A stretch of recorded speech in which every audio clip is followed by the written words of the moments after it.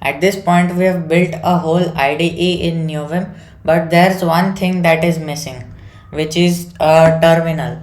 So we can get a terminal by using a plugin called toggleterm.lua, but if you don't want to use that, there is a default terminal present in NeoVim, which is accessible by doing :term, and it will automatically open your terminal. And if I exit from here, it will just close this.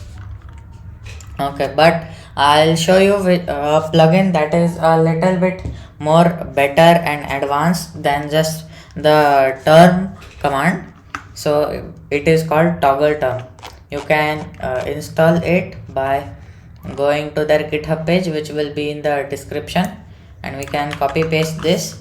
Let's open our plugins file /init.lua, and let me delete these. Okay, now let's restart NeoVim and do :packr sync, and now it has installed the plugin. Okay, now let's create a config folder for toggle term. So let's name it toggle term -config /init.lua. Okay, now we can do require in quotes toggle term dot setup in curly brackets size equals 13. You can adjust this to whatever you like, and open underscore mapping equals in double square brackets C minus backslash, which is control backslash. It will open a new terminal at the bottom whenever you press control backslash. And we want another option called shade underscore file types equals curly brackets empty curly brackets, and shade terminals equals true, and then shading underscore factor equals 1. Then start in insert, which will automatically go to insert mode whenever you open the terminal, equals true, and then persist underscore size equals true, and direction equals horizontal, because we want the terminal to come at the bottom. Okay, now we also need to require this file, so we can do toggle term -config. Okay, nvim tree has option that is deprecated, so let's fix that also. Nvim tree config, let's add this to git ignore, not get ignore, git underscore ignore equals 1, and let's add a comma here.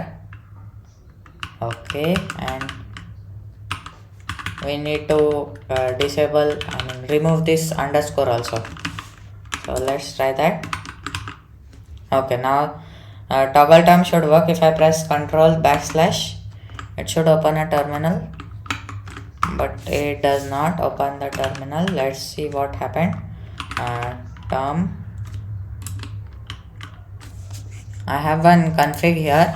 I'll just try to copy paste that, and let's see if that works. Okay, now if I do control backslash, it opens the terminal. Okay, let's see what the problem was. I think it was some problem with the mapping or the double quotes. So you can just copy from the GitHub, which will also be in the description. And here we can see our terminal opens, and now I can do pfetch or neofetch or whatever I want to open, I can open that. Okay, now let's add some key bindings in which key for toggle term. So let's open our which key config, and I have one section here which I will type. Yes, Here we are going to add some local variables, and uh, we are going to write some functions also. So first function is function, let's do this, local toggle underscore float equals function, and in the function we want local terminal equals require toggle term dot terminal dot terminal. Okay, let's make this terminal here, and let's create a function which will automatically open a new floating terminal. So local float equals terminal colon new, and in curly brackets direction equals float, and we are going to return float colon toggle, and it will be a function. Okay, now we can just copy paste this a couple of times or only one time, and we want toggle lazy git, which will open a new window with lazy git, toggle lazy git, and here after let's remove this float and let's name it lazy git, and terminal colon new cmd equals lazy git in quotes, and direction equals float, and rename this float to lazy git. Okay, now let's try actually we need to add the key bindings also. For that we need to call these functions, so I'll just paste it here, or I'll type it.